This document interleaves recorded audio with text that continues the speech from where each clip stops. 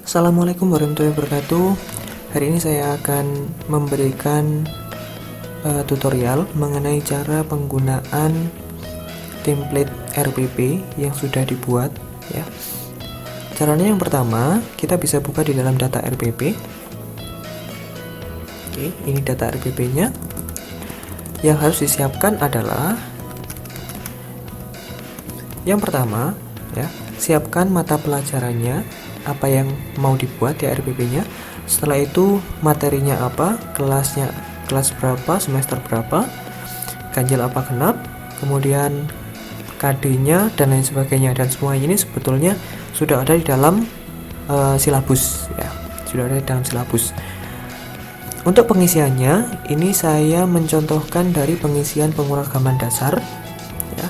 Silabusnya saya akan coba buka silabus pemrograman dasar. Oke, saya akan samakan ya di sini data RPP. Nah, yang pertama untuk mata pelajaran, kita bisa mengambil di dalam silabus pada bagian mata pelajaran seperti ini. Ini saya ngambil dari SMK 6 Muara Bungo ini ya. Saya tadi habis browsing.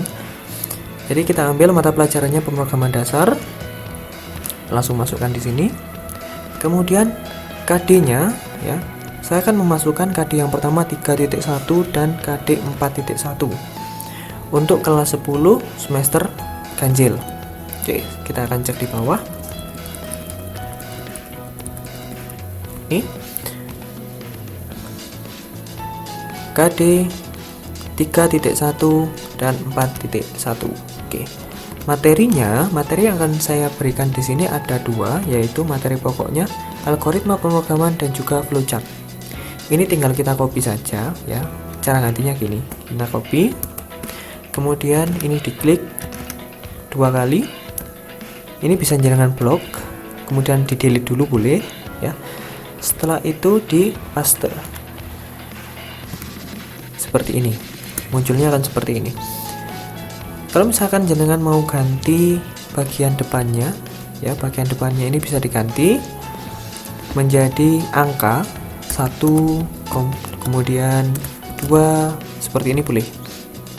Nah, kalau sudah selesai ya, kita bisa geser ke selanjutnya ya. Isian selanjutnya ada alokasi waktu. Alokasi waktunya jenengan bisa cek di dalam silabus bagian alokasi waktu. Di sini untuk KD1 3.1 4.1 12 jam pelajaran, jadi saya ketikkan di sini 12 jam pelajaran. Untuk tujuannya ya, tujuannya di sini saya mengambil dari ini. Indikator pencapaian kompetensi. Nah, karena template yang dibuat itu terbatas ya, untuk barisnya juga terbatas, untuk lebarnya juga terbatas. Jadi saya sarankan dilakukan pengeditan pada bagian-bagian tertentu. Salah satunya di indikator pencapaian kompetensi. Di indikator ini apabila saya kopikan langsung ya, ini saya copy, kemudian saya paste di sini. Jangan lupa ini di blok terlebih dahulu seperti ini, baru dipaste. Ini ya. Saya akan mendapat banyak sekali baris dan ini panjang sekali. Tapi ini bisa disingkat ya atau diringkas kembali. Contohnya, yang pertama pada bagian depan ya.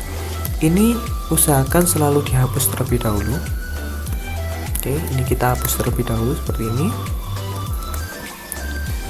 Setelah itu kita akan menggabungkan beberapa kalimat yang hampir sama. Misalkan menjelaskan algoritma pemrograman. Yang kedua, menerapkan algoritma pemrograman dalam menyelesaikan masalah. Oke. Dari kedua kalimat ini, ya, kita bisa menjadikan satu, ya, menjelaskan algoritma pemrograman dan juga menerapkan, ya, dengan cara menjelaskan dan menerapkan algoritma pemrograman dalam menyelesaikan masalah. Ini kita ambil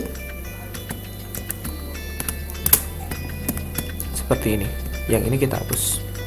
Nah, jadinya menjelaskan dan menerapkan algoritma pemrograman dalam menyelesaikan masalah. Oke, satu selesai ya. Kemudian yang kedua, menjelaskan algoritma pemrograman menggunakan flowchart. Selanjutnya, menerapkan flowchart dalam menyelesaikan masalah. Oke, ini juga bisa kita satukan ya, menjadi menjelaskan dan menerapkan algoritma pemrograman menggunakan flowchart dalam menyelesaikan masalah. Nah, yang ini kita hapus. Oke. Dan yang terakhir, membuat alur pemrograman menggunakan teks algoritma, membuat program menggunakan simbol flowchart. Oke, berarti ini membuat alur pemrograman menggunakan teks algoritma dan simbol dalam kurung flowchart. Oke, jadi seperti ini. Kemudian untuk mempermudah ketika pembacaan, kita bisa beri penomoran di depannya. Ini nomor 1, kemudian ini nomor 2, kemudian ini nomor 3. Nah, untuk bagian-bagian yang lain juga sama seperti ini boleh. Kemudian selanjutnya untuk kegiatan pembelajaran ini jenengan bisa buat sendiri. Kegiatan pembelajaran yang awalnya seperti apa, setelah itu untuk pembelajaran intinya juga seperti apa, itu terserah Bapak Ibu guru sekalian masing-masing. Pembelajaran akhir juga terserah jenengan. Kemudian untuk penilaian, di sini ada penilaian pengetahuan, keterampilan, dan juga sikap ya. Untuk penilaian pengetahuan ini saya ambil langsung dari KD-nya. KD 3.1 ini saya masukkan ke dalam penilaian pengetahuan. Kemudian penilaian keterampilan yang 4.1 ini. Oke, saya copy kemudian saya paste di sini. Hanya seperti itu saja. Kemudian untuk penilaian sikap ini juga bisa bebas, terserah jenengan masing-masing. Refleksi juga terserah jenengan. Untuk tempat tanggalnya juga bebas, nama guru bebas. Untuk NIP ini pengisiannya seperti ini. Kalau misalkan kita tulis langsung angka ya, ini misalkan NIP-nya seperti ini ya. Nah, ini nanti munculnya di dalam template itu tidak akan seperti ini karena angkanya tidak hanya 9 angka atau 10 angka, tapi banyak angkanya. Jadi usahakan di bagian depan diberi tanda petik. Nah, seperti ini. Oke. Jadi pengisiannya seperti itu Bapak dan Ibu-ibu. Untuk KD 3.2 juga sama ya. Saya ambil dari silabus 3.2 dan 4.2 ya. Indikator pencapaiannya ini juga saya edit sama seperti yang tadi. Nah, jadi untuk pengisiannya seperti itu. Oke. Pengisian seperti itu. Kemungkinan apabila jenengan ingin menggunakan beberapa bagian ya dalam template ini boleh. Misalkan jenengan samakan bagian penilaiannya boleh. Mungkin yang dibedakan ya, yang dibedakan ini akan saya blok terlebih dahulu. Kemungkinan yang berbeda atau yang diganti ya, itu nama guru ini pasti diganti. Saya beri label kuning. NIP ini juga, kalau misalkan belum punya NIP bisa dikosongi ya. Kemudian ini penilaian keterampilan dan pengetahuan ini pasti berbeda. Kegiatan akhir, inti, dan awal ini bisa sama, boleh sama. Tujuan pembelajaran ini pasti berbeda masing-masing KD-nya. Kemudian alokasi waktu ini pasti berbeda. Kompetensi dasarnya pasti berbeda. Untuk kelas dan semesternya ini hanya ada 10, 11, 12 ganjil genap. Kemudian untuk materinya ini juga pasti berbeda. Mapel pasti berbeda. Hanya ini saja sih yang harus diganti mungkin ya. Seperti ini. Kalau misalkan sudah selesai diedit, sudah selesai diisi, jangan lupa melakukan save. Bisa diklik file kemudian save seperti ini, atau menggunakan Ctrl S. Kalau sudah selesai ya, ini tadi namanya data RPP, kita langsung buka template yang akan kita gunakan. Misalkan di sini ada animasi ya, saya akan buka animasi. Kalau munculnya yang seperti ini ya, ada warning seperti ini, jangan bisa klik yang no. Nah, oke, tampilannya seperti ini. Untuk memasukkan data Excel yang tadi, kita bisa klik pada bagian My Links. Setelah itu klik Select Recipients, kemudian Use an Existing List. Nah, setelah itu jenengan bisa cari file Excel-nya ya. Yang tadi kebetulan saya taruh di dalam music, kemudian RPP template baru, data RPP. Ketika sudah muncul select table, kita bisa klik OK langsung ya. Setelah itu langsung klik Finish and Merge, kemudian Edit Individual, klik OK. Nah, hasilnya akan otomatis keluar seperti ini. Jadi akan langsung terisi. Di sini ada mapelnya, mata pelajarannya, ada kelasnya, KD-nya, dan lain sebagainya. Ini otomatis terisi. Nah, kenapa saya sarankan untuk menyingkat ya pada beberapa bagian? Karena untuk isian seperti tujuan ini ya, ini kemungkinan hanya bisa diisi dengan beberapa baris saja, mungkin 8 atau 9 baris saja ini.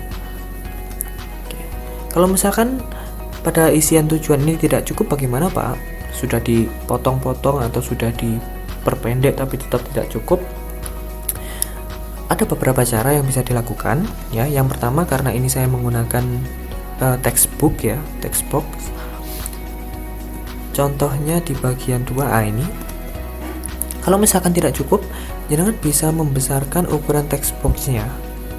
Salah satunya ini, yang bagian samping ini ya. Ini bisa jenengan geser ke samping. Nah, cukup geser sedikit. Ini sudah cukup. Berikutnya di KD yang 3.3, 4.3 ini sedikit panjang ya. Jadi untuk ke samping, walaupun sudah ke samping seperti ini, tetap saja bagian bawahnya masih terpotong. Ini jenengan bisa geser ini sedikit ke bawah. Nah, dan usahakan untuk isian tujuan itu hanya 1, 2, 3, 4, 5, 6, 7, 8 baris. Hanya 8 baris.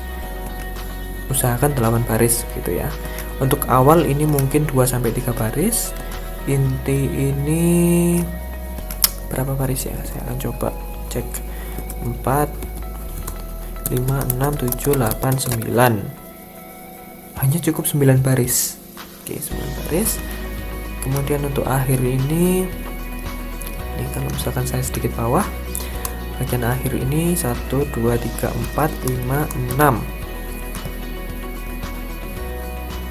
Mungkin 5 saja ya. Akhir ini hanya 5 baris.